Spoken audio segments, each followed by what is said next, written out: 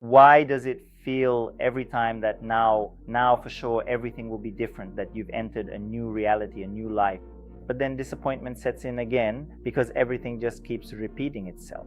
The same relationships, the same situations, the same job, the same problems. And you wonder, when is this finally going to end? The problem isn't that you're thinking about it. The problem is that you're living in a repeating scenario. And until you become aware of this scenario and step out of it, it will keep repeating and playing out, causing you disappointment over and over again.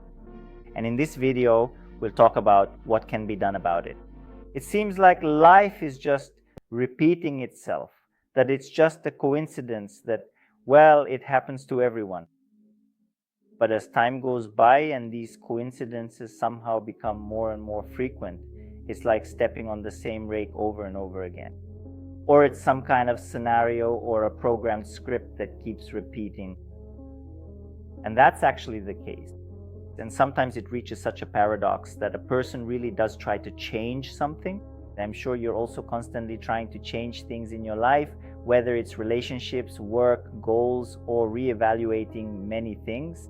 It even happens that the person changes their place of residence, maybe even moving to another country. But what's most interesting is that sometimes even such radical things as moving, and what could be bigger than moving, right? The fact that you change your entire environment, maybe even the language. Sometimes even then, nothing changes. Why?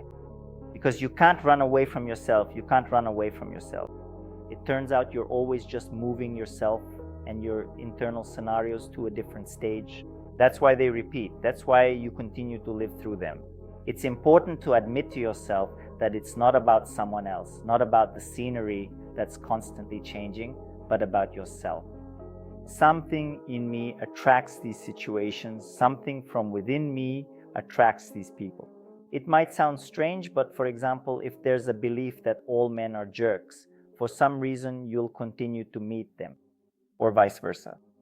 If a man thinks that all women are materialistic, gold diggers, and so on, he'll continue to meet exactly those kinds. And it's very interesting because a person shifts the responsibility and lives in an illusion, but in reality there are certain internal patterns, internal scenarios that create a person's field and these situations. So first and foremost, it's vital to recognize the illusory nature of your actions, the illusion of your worldview, the illusion of where you are, and finally admit that it's not about someone else out there, but about yourself. It's about me.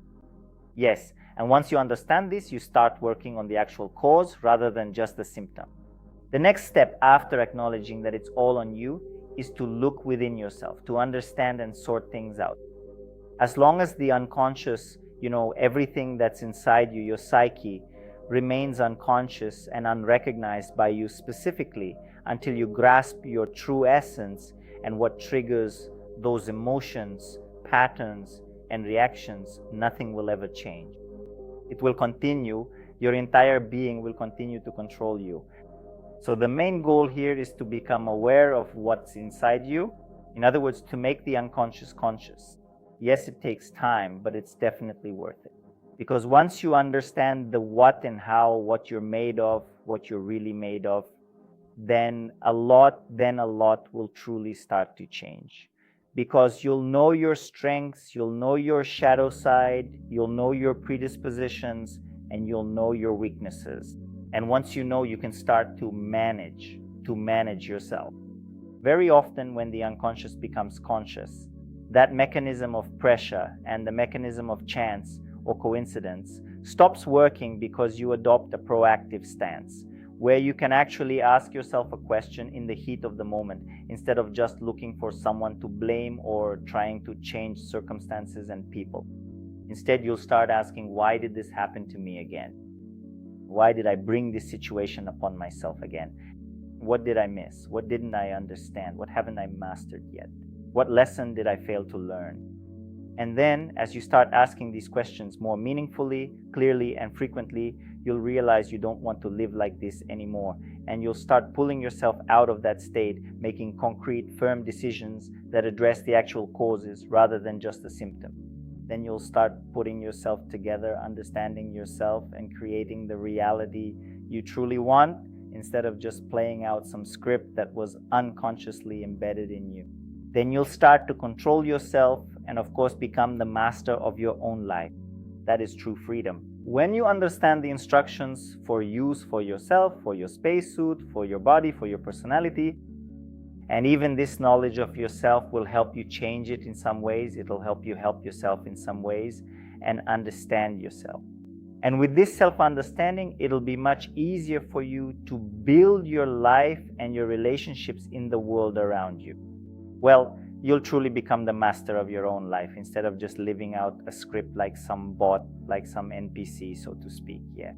So you'll become a human being in the truest sense. Yes, this work will take some time, but it's definitely worth it. This life will become much brighter, more pleasant, and happier. See you soon.